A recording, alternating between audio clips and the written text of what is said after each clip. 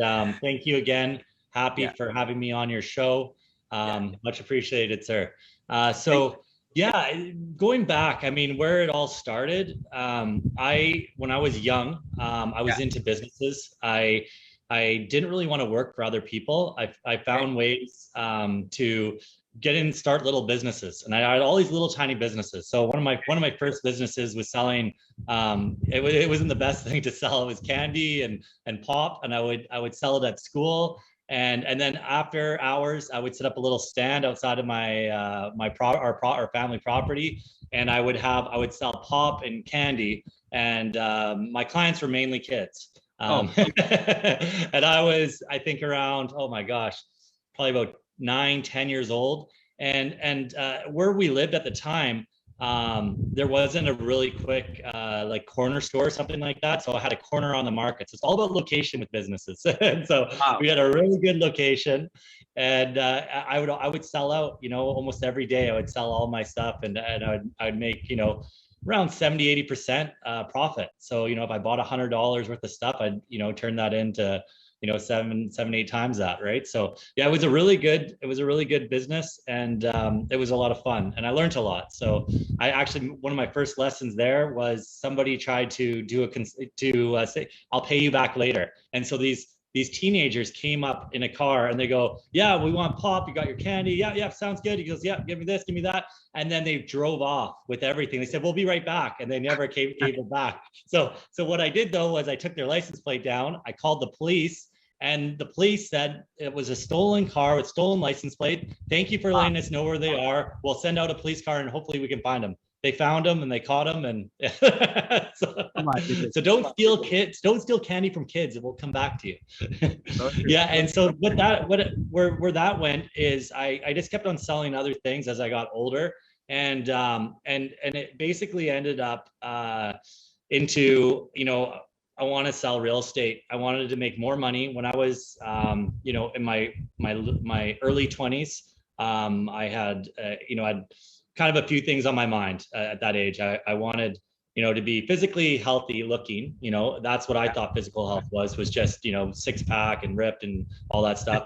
I wanted to make lots of money, and I wanted to have, really good looking girlfriends. So I was chasing kind of a rock style lifestyle, and I go, wow, what is the easiest way to do this? This is to make money, because all my mentors, good and bad, that's what they portrayed success. When you're a 19, 18, 20-year-old, boy/man, that's what you think is cool. That's what you think life is all about.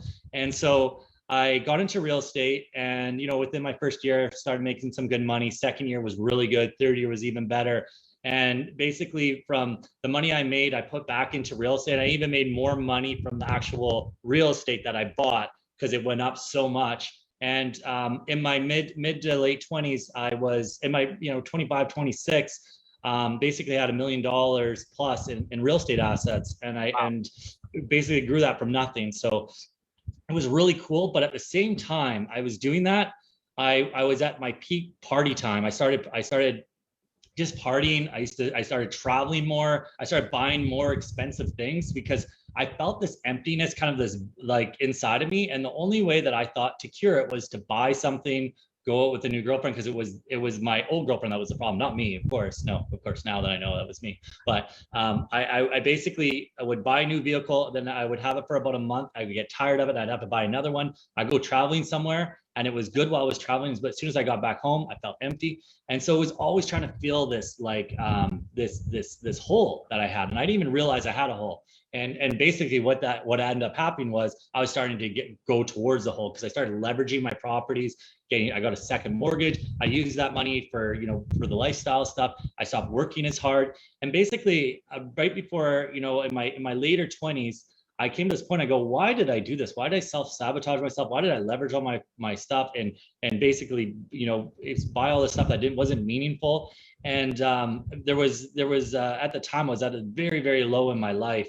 And my mom called me up, and she goes, I want to let you know there's a financial mastery, and it's going on, and I'd really like you to go and check it out. And I was just thinking financial mastery. I go, I need money because I'm in a hole. I want to fix this stuff, and I'm sure I'll go. So my mom, got me into there, and I went, and I thought it was all about making money, and I found out it was all about actual wealth, like wealth mastery. It was about, in order to be really wealthy, we have to have wealth in all areas of life. So physically, financially, mentally, spiritually, relationally, and then last part is legacy, giving back. Because once you have all that stuff, there's just one more thing, that's just giving it back and paying it forward. So I then turned my focus. I actually did a hiatus on my real estate at the time, because I stopped, like, when I was in there, I was all about, it was me. It wasn't about we. It wasn't about building a team. It wasn't about giving back and serving. It was about how much money can Chris make. That's how I started my first part of my career off, as a young, dumb boy. And when I started doing the work, I really found out, why I was doing what I was doing. I didn't have real relationships.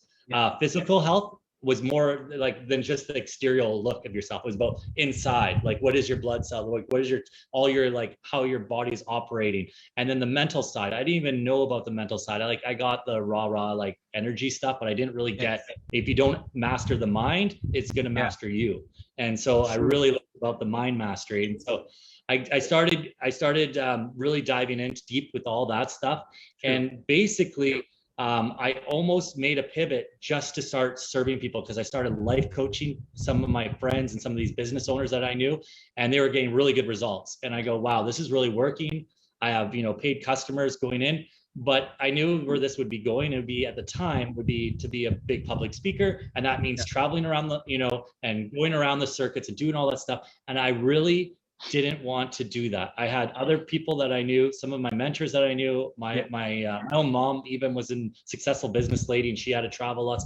And I knew, like, one day I wanted to have kids, and I didn't want to be the guy traveling that didn't really know their kids. I wanted to see my kids every day, as much as possible. And so I figured I looked at my situation. How do I serve, give back, and still do real estate, to, basically, pay for everything that I'm doing, that how I want to give back and everything. So I decided to go back into real estate, take everything I learned into our real estate business, and then hire and partner with people that are like-minded, that want to do the same type of work, pour into them.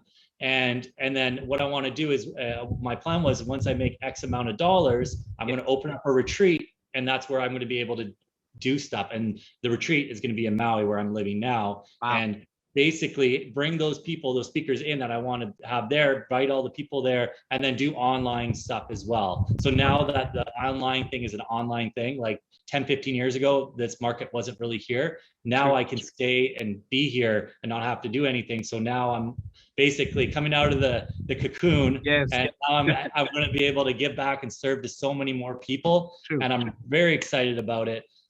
The other thing that we're doing is we're doing a real estate fund, because I've made millions myself buying and selling real estate. Now I want to, help other people do the same, and ride, on each other's coattails, and just work with a lot of people doing that. So so let's get into it. That's profound, and that's a really, thanks for sharing your early childhood story and struggles and your beginning in your career and all. I would like to actually tell about your summary to our audience, because I think I missed a chance.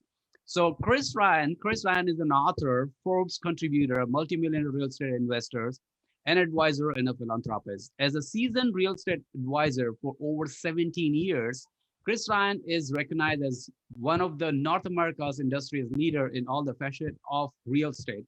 Chris is now focusing on building a legacy that aims to make this world a happier, healthier place from an environmental and humanitarian standpoint.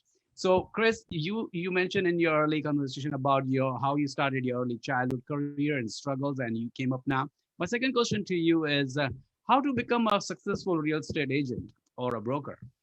All right. So what I did in my first part of the career, there's a lot of realtors that will, they can show that they're successful. They'll, drive a, whatever expensive, luxury vehicle. So that's what sometimes people think real estate's all about, looking the part. Yes, you've got to present yourself well for whatever location you're in. So in Vancouver, presentation is important. You don't want to be showing up with jogging pants on and the t-shirt. And even if it's a friend or family member, it's kind of good. It's still good to look professional. Now in Hawaii, if you're an agent listening from Hawaii or any other warm place, Florida, even Florida, I would have to say they have a little bit more style and a little more, suit thing going on. They're on the East Coast, a lot of ex-New Yorkers there. So I would say, you're probably still rolling in with suits there, but most of the tropical places, collared shirt, whatever, aloha prints, things like that. You just got to see what other people are, how they're presenting themselves, like the people that are doing or that are already very successful. Now, if you're in a rural area and all your customers are lumberjacks and miners or something, and you might be wanting to roll out in plaid and have a big bushy beard, and that might be your thing because you're going to be very relatable to them. But in the business, in the cities, you want to look the part, but that's just the superficial part. I would say anybody that's really getting into it to be successful, in whether you want to be a realtor or the best surgeon or the best car salesman or the best counselor, find out the best people in the industry and just watch what they're doing. Watch with them. Success leaves clues, and then mimic them.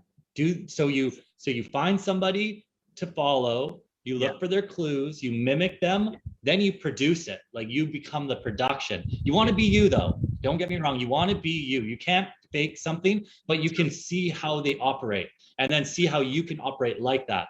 There can be slight variations and things like that. In some people, if they're a devout Christian or Muslim or whatever religion, and that's how they live their life, then be that. And if you want, and go to the people that you're already with. Also, we're all spending money every day, whether it's a hairdresser, whether it's your mechanic, whether it's your dentist, whether it's the person that makes your suits, wherever your money is going, make them, you're basically an affiliate. Okay. So somebody that's going to help market you, you're going to them. And if they're not willing to do that, go spend your money somewhere else. Because your money should be working for you, and when you're paying somebody and helping them, and you're bringing referrals to them, they should be doing the same thing back to you. Lovely. Well, that's a great advice on that too. My next question is, what are the fundamental steps for the first-time home or a condo buyers?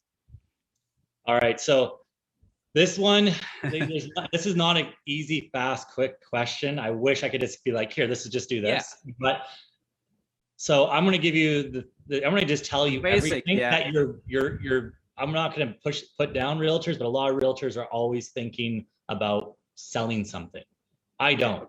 So, and all these realtors listening, you can do the same.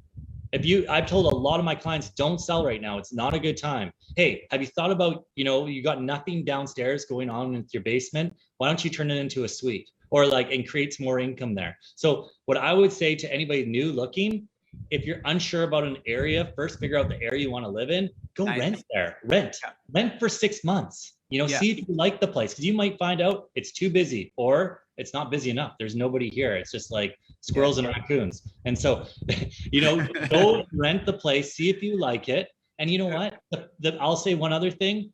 Don't always think the place that you when you're buying real estate, you don't necessarily have to own the house you live in. When you actually buy revenue generating properties, so that's what I'm apartment buildings, things like that.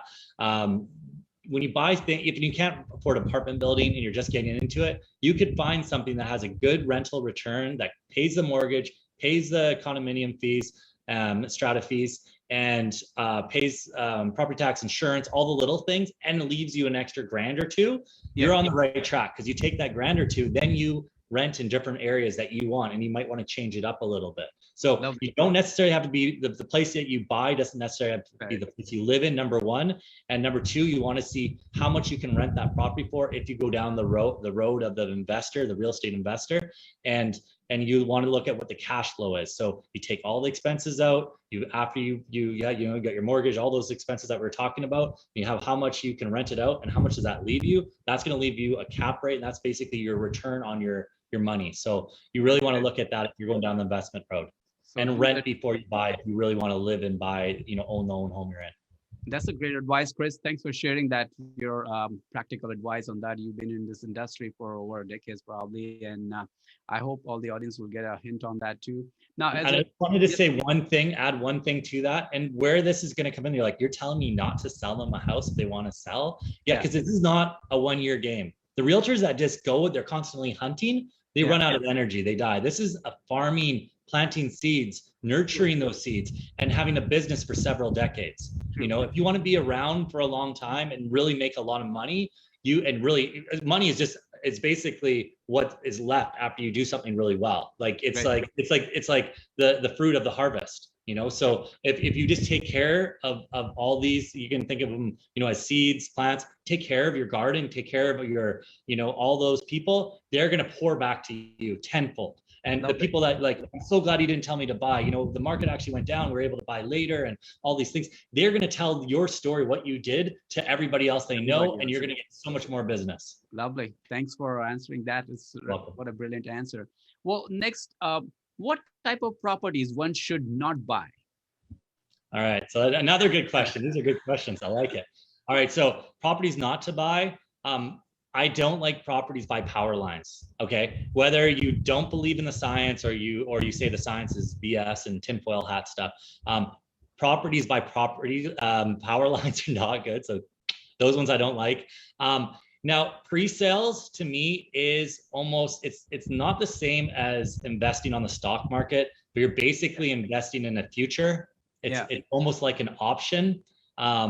You are technically, you're committed to buying this when it's done. If the market goes down and you're down $500,000, you have to complete. A lot of these people do walk away and they do get sued. And there's a lot of funny things, and you can make a lot of money from it. So those ones, if you are doing a pre-sale, really know that, you might have to hold on to this property for 10 years if you want to get in and out of it. It's one of those ones that I'm, on the fence, and it has to be a really good developer, has to be a really good area. There has to be a major demand for the area. You don't want to be, 50 towers all going up at the same time, and all of a sudden the market's flooded, and there's not enough buyers to meet the demand. So those are the ones I would just move with caution. Okay. Other ones really quickly.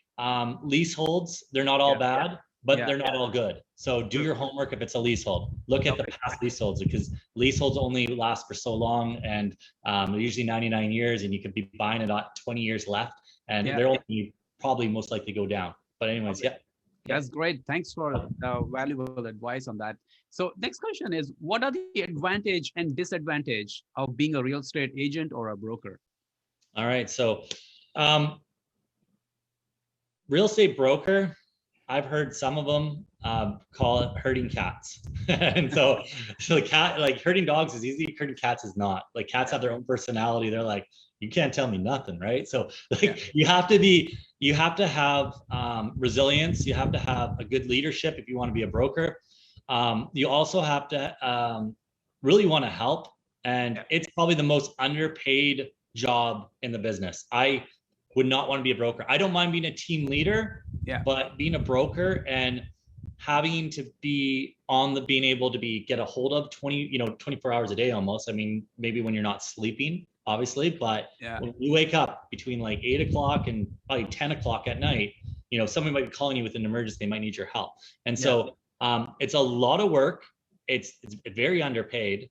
And I would strongly, unless you come from a teaching background and you're a teacher, or you love to be a teacher, and then that's where I would say the teachers, the ones that really, really like that stuff, and they don't want to do the sales, be a broker. If you want to be a sales agent and sell stuff with an infinite amount of money you can make, there's no ceiling on it, be a sales agent.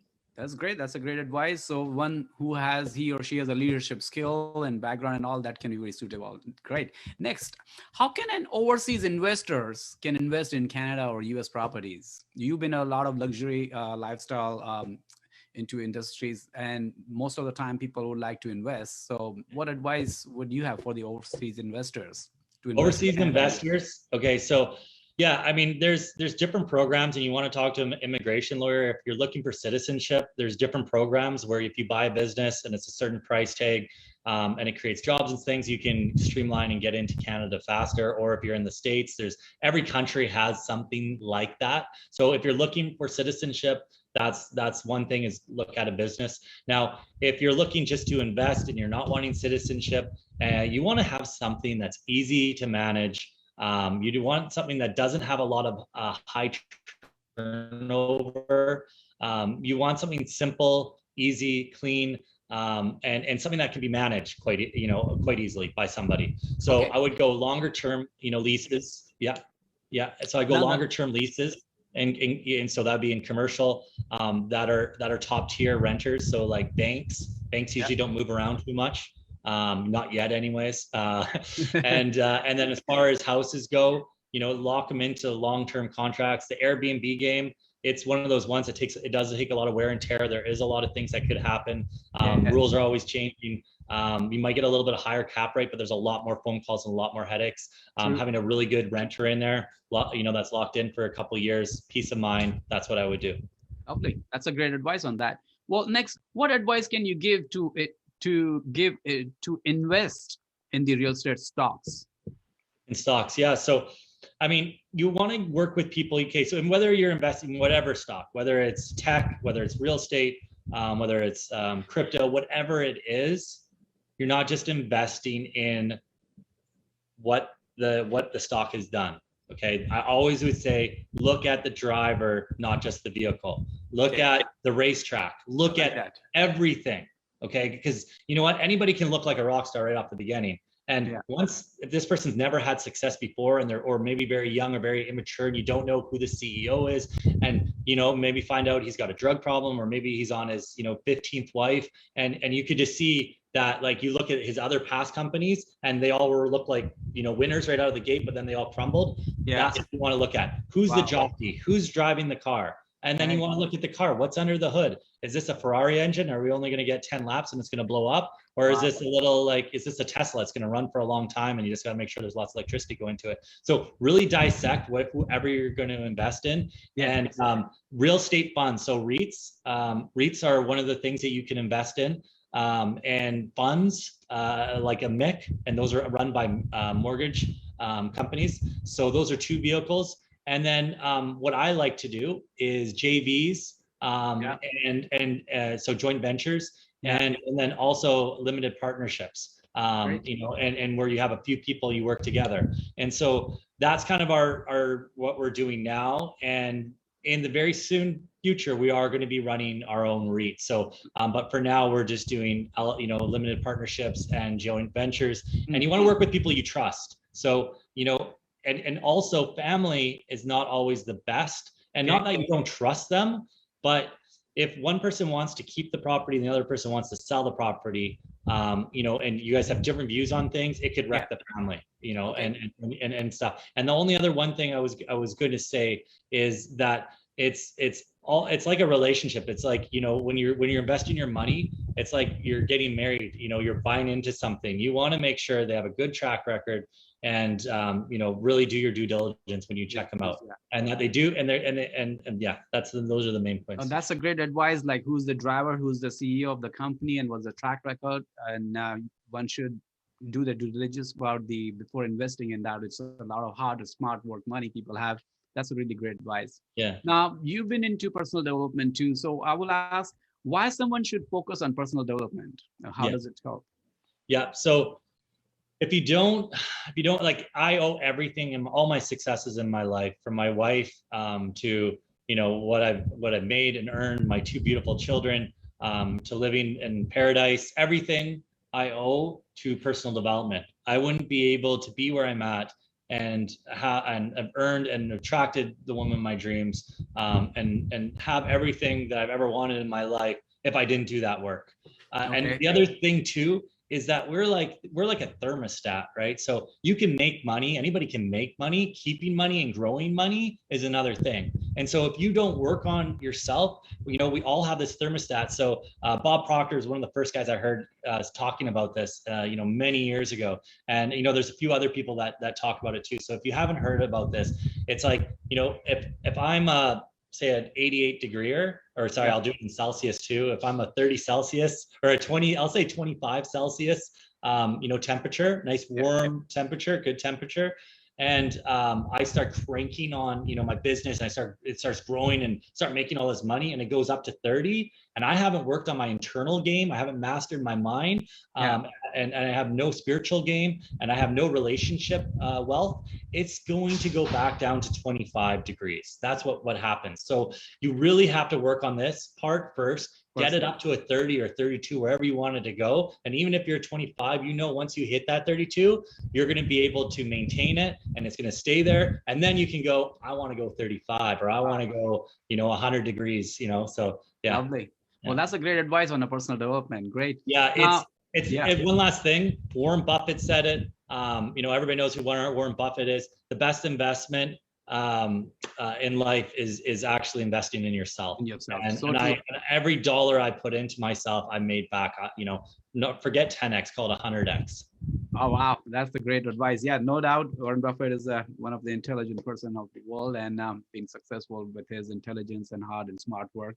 That's great. Now, we know that you're an author too. Please tell us about your book called The Passion Hunt. Passion Hunt. Yeah. Yes. So, man, this one's been sitting on the shelf for so long. I wrote this when I told you I did my hiatus and I did all that work way back then. I did the book, and I was going to go down that route, and I go, you know what, until I'm ready, until I'm, I moved back to Hawaii and I really set everything up, and I have a place to take people and help people and everything like that. I didn't want to release it until then. So we're basically at that time now. So now it's getting exciting, and I'm talking to, a new publisher, and just like, we're going to get it ready. The book's done. Basically, man, if you got to find your passion, and whether you're doing it for a business standpoint or you're just doing it for yourself, it's so important to be passionate. Passionate is it would be the quickest thing to call it, like, if there was a silver bullet, that would be it. That would, or magic bullet or whatever, that would be it. That would be it. That's the key. If you can have passion, everybody buys energy. Energy is what makes the best salespeople, makes the best athletes, makes the best, entrepreneurs. And if you don't have energy, you're dead, and you're quiet, and you're just not moving through life. Like, why would you want to invest with that person? Why would you want to work with that person? I want to meet somebody, and I want them to bring me up, or at least keep me on the same, energy level. I don't want to feel like I'm getting sucked. Like, nobody needs an extra energy vampire out there. So, find your passion, and it really comes down to doing that. And then it ties it into purpose, and purpose, success without fulfillment and finding your purpose is the biggest failure. Wow. What a great biggest failure. You make all the money in the world and you're not happy because you have no fulfillment, and you don't feel like you've done anything. You're going to go back to that, what Chris did, like, when he was in his early 20s, and, try to buy himself happiness. It doesn't work. Trust me, I tried. I tried. That's a great advice. I know, Chris, you came to one of my seminars and all, and you were one of the greatest personality. And I was really happy and lucky to have you in my seminars. And then this is how it started. And I've become a very great fan of your luxury lifestyle, real estate, the things you have helped hundreds and thousands of people. So that's great. Okay, so we will do this next round called Make the World Happy Round. So I will appreciate your lovely answers, treatment. Now, the first question is, choose one. What will you buy? Gold, stock, or real estate? Buy it all. Now, what I want to say about that is, if I had $1 million, I wouldn't divide it up 3 ways. No. Okay. I would look at it as loading up the bases before you hit that grand slam. Get somebody on first, get somebody on second, get somebody on third. And now, having a full base, it would be great. But again, splitting it up individually, 33, 33, 33, whatever one really, who cares if, I would say this, whatever one where you're the most curious about, the one that's like, I love this. Like, you feel good about it. Like, it just feels like this certainty into you. So for me, it's real estate. Most of my portfolio is in real estate. Do I have crypto? Yes. Do I have stocks? Yes. And, and so I don't want to miss out on an opportunity. but I don't want to put a whole bunch of money into one and then, it's gone, and half your portfolio is gone. I agree. All right. Second. And one last thing is real estate, best investment. And I'll just say this, why is because you can make more stock, you can make more crypto, you can do all these other things and whatever, manipulate markets or create another crypto, blah, blah, blah, blah, blah.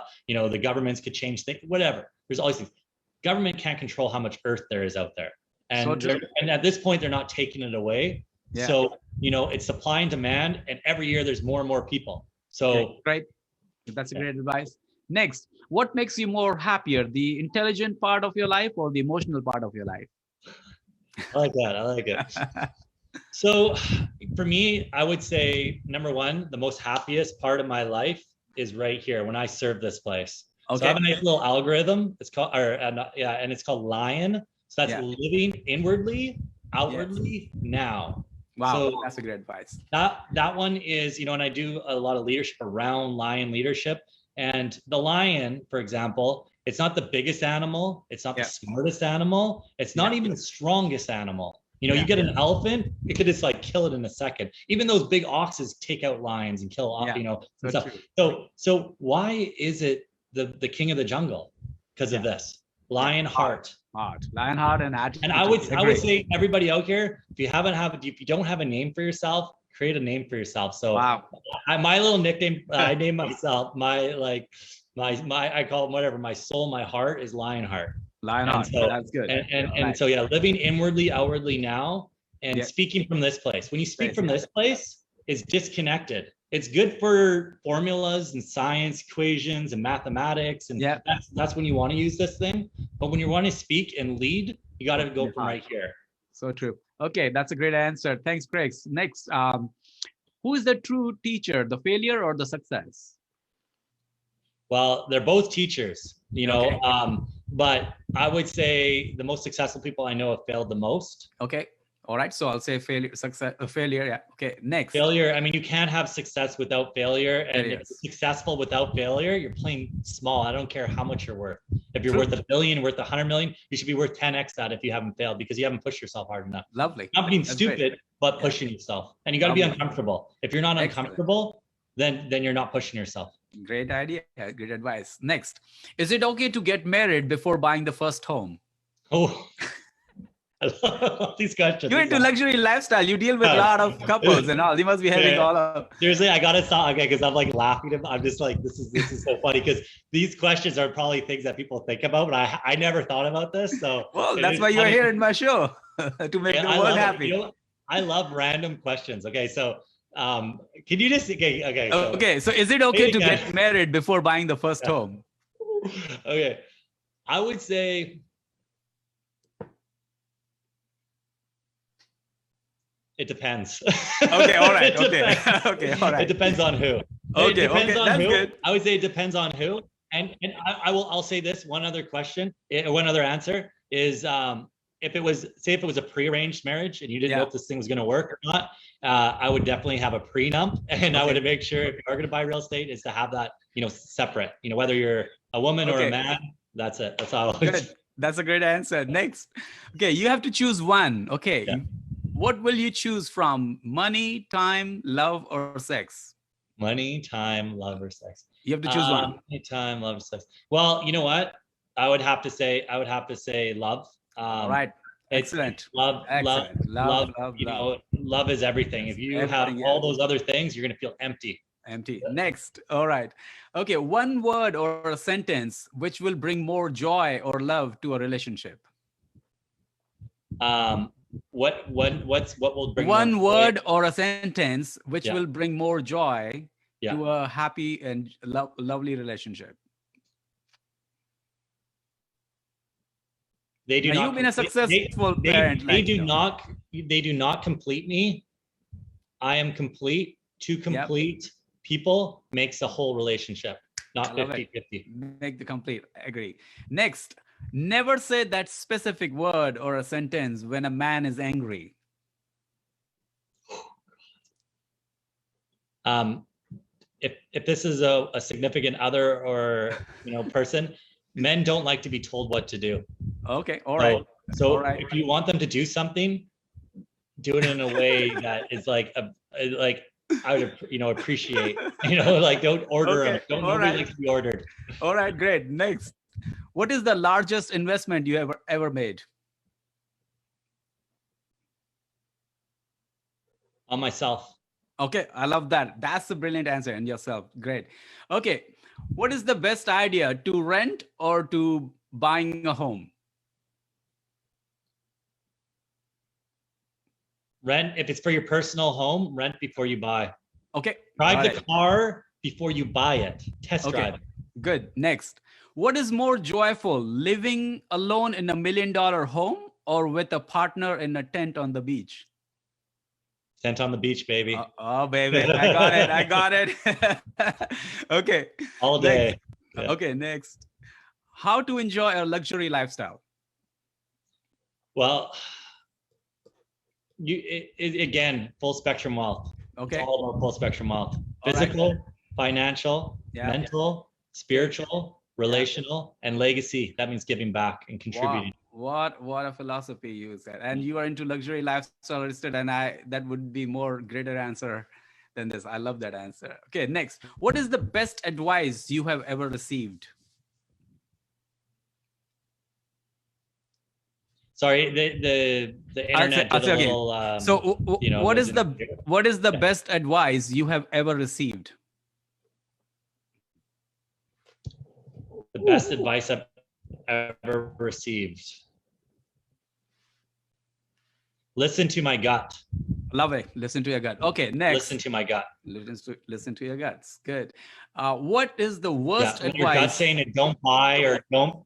Your gut is saying, I don't think this marriage is right. The marriage isn't right. If your gut is saying, I don't think I should buy this, don't buy. Just listen to your gut. Your gut is its own brain. It's like connect. It's just listen to your gut. Anytime I don't listen to my gut, it was bad. It was something bad didn't happen. Okay, next. What is the worst advice you have ever received? Oh, I got to think about that one. Sorry. That's okay. I got to think about that one for a second. Money will make me happy. Okay, all right. Chasing money for happiness. Fair enough. Okay, in business, do you believe? I have to say this. There's a caveat. Yes. There's a caveat to this. There's a very big caveat to this.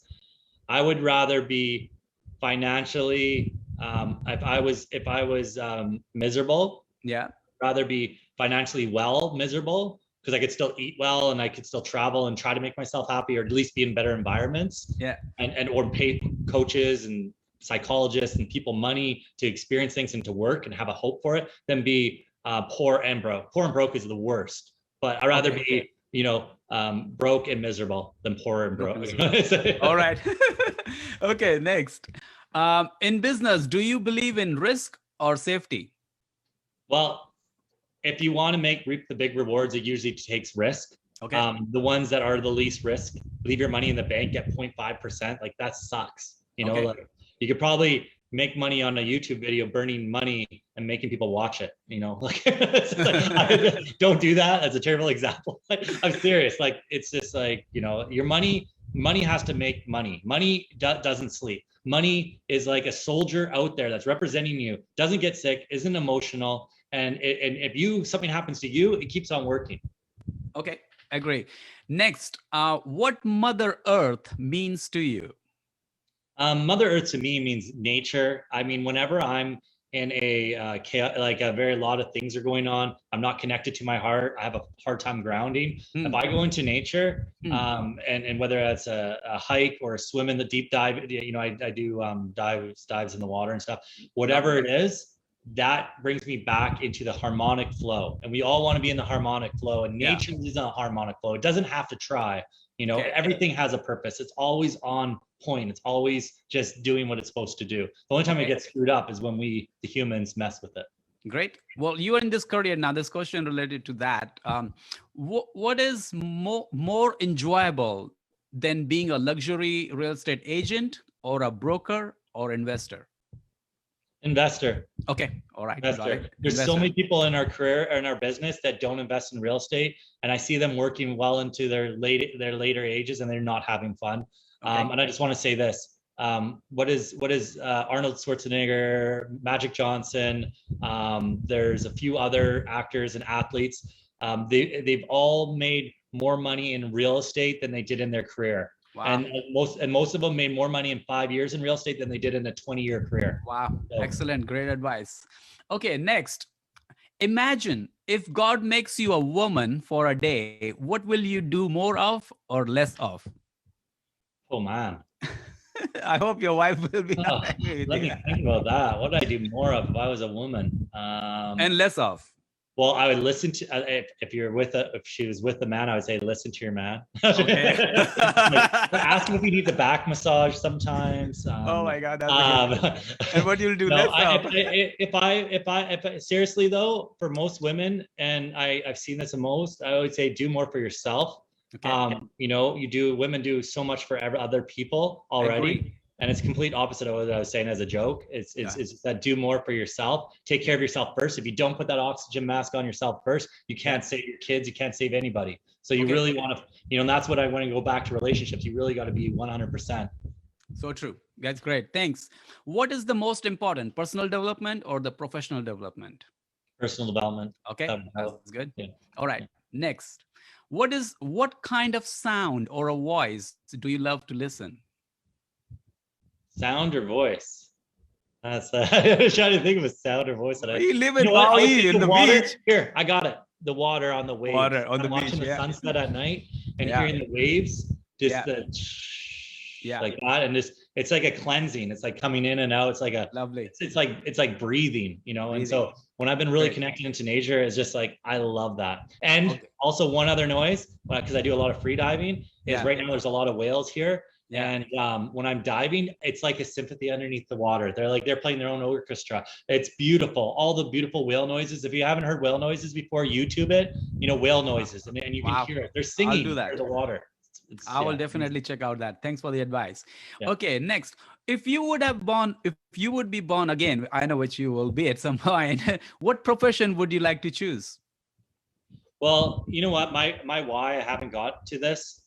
So my why is about building this. I did talk a little bit about the retreat. So the big part of that retreat is helping people build out their immortal legacies. So that is what I'm here for. And as long as it helps the planet or the people that are on the planet, that is why I'm here. And so if I was to be born again, I don't know how I could serve more than just helping people make these immortal legacies that help the planet and the people on it. So it would be the same answer. And that's if I for some reason I died without accomplishing that, I'd feel like a failure. No matter how much money and how great my family was and all that stuff, I'd feel like a failure. Okay, next. What is your favorite book name?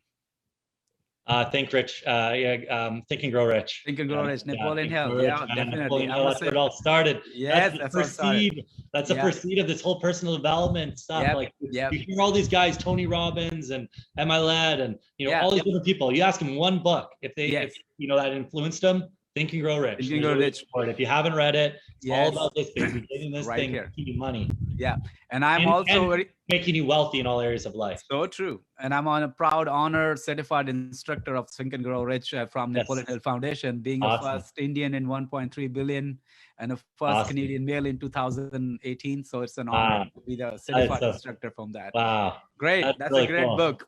Yeah. Oh, next. What do you do more of when you are happy? I know you're most of the time happy, but what do you do more of when you're happy? When I'm the happiest, I'm serving people. I'm like doing the show, interviewing with you, like getting interviewed with you. When I get back to our real estate group, we have a large real estate group and we're all partners. We're all equal. But I'm technically the team leader. I'm the founder of the group. But I love just serving. I love serving. I love helping people with what their problems are.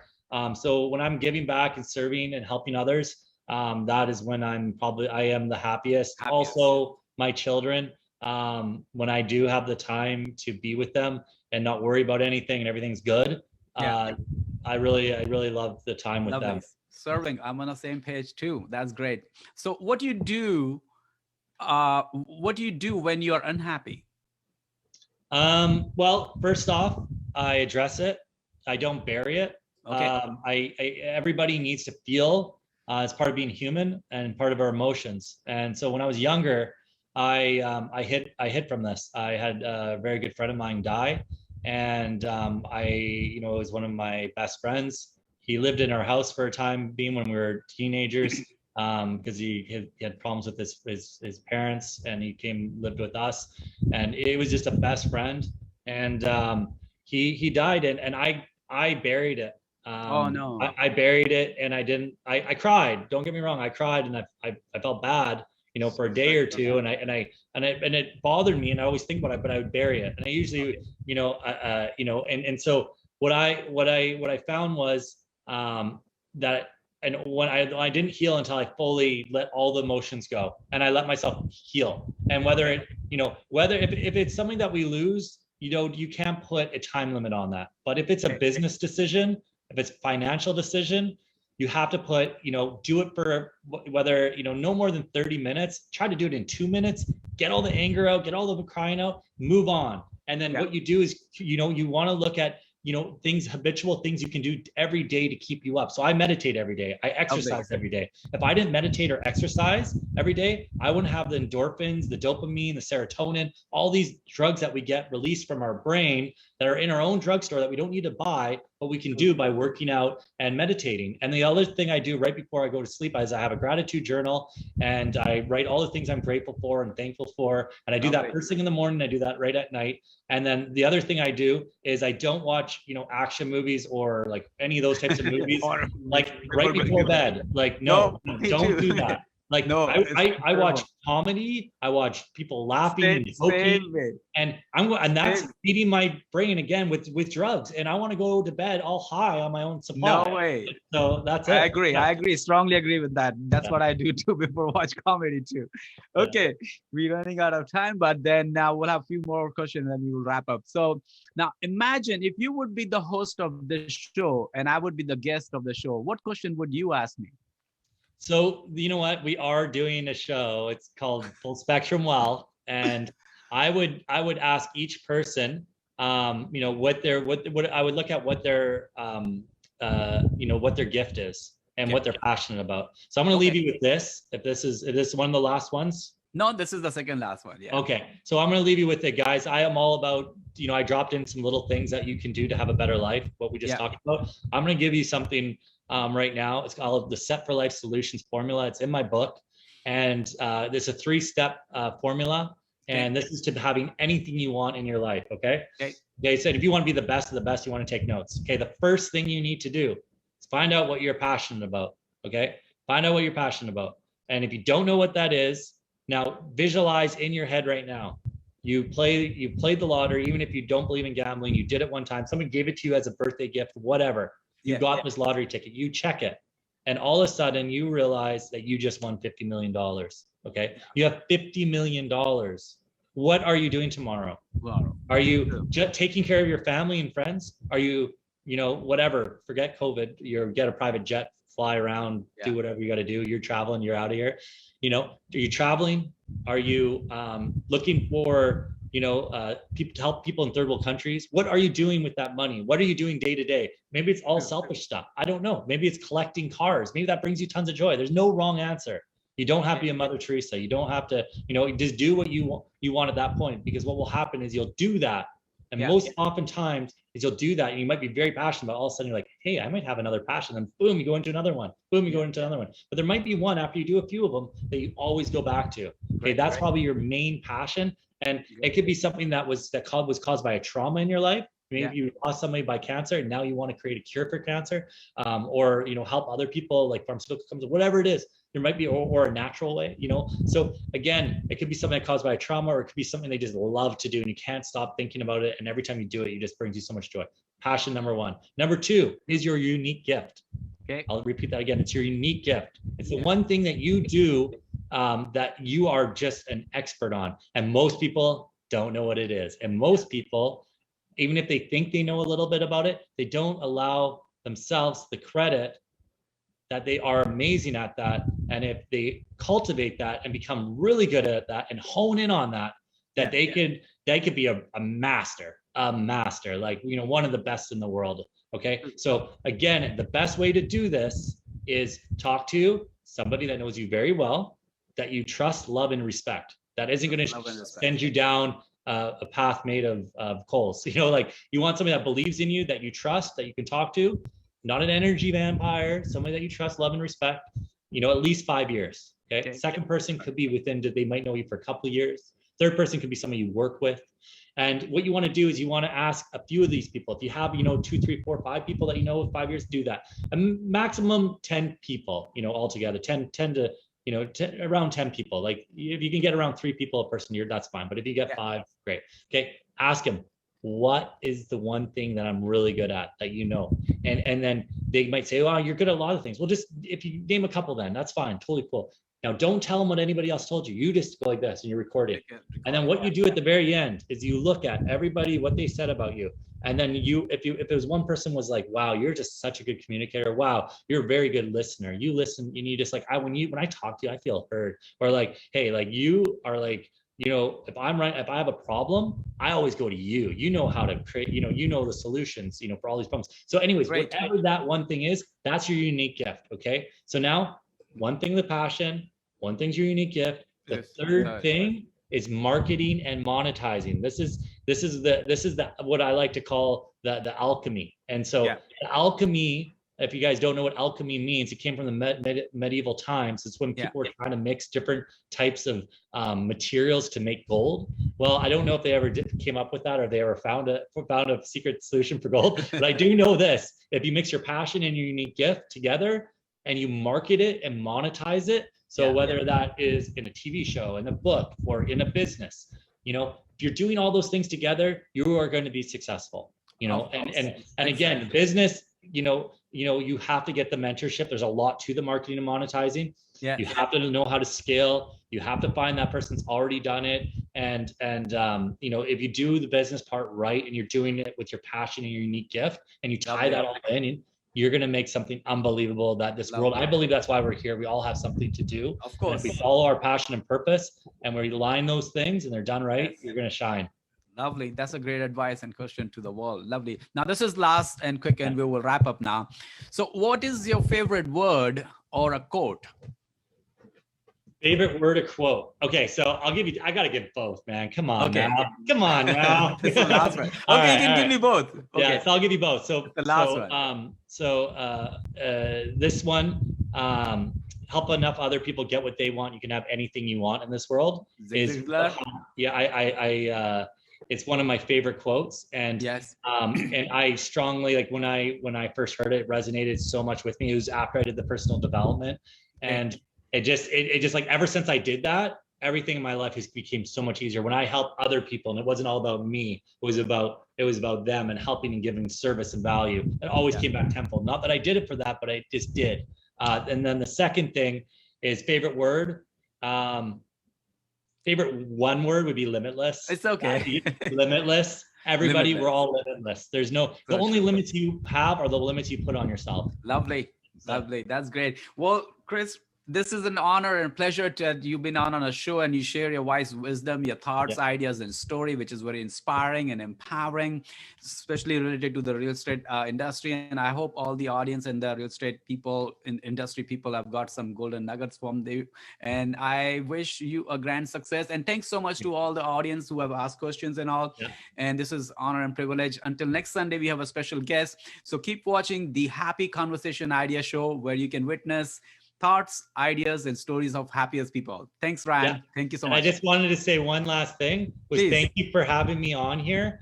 And any of the viewers that are watching this that know realtors that need help, they don't know where they're going, if they want to work, I created this group for young Chris. Because if I had this group, I would have joined it. You know, and so anybody in the real estate industry or anybody that wants to talk about real estate investing, contact me. You'll see the links below. And you know, God bless you all. And you know, thanks again, Happy, for having me and what you're doing. Awesome. Lovely. Take care. Thank you so much. Take care and enjoy in Maui. We'll visit you sometime soon. I want to see you coming. All right. Take care. Thank you. Thank you.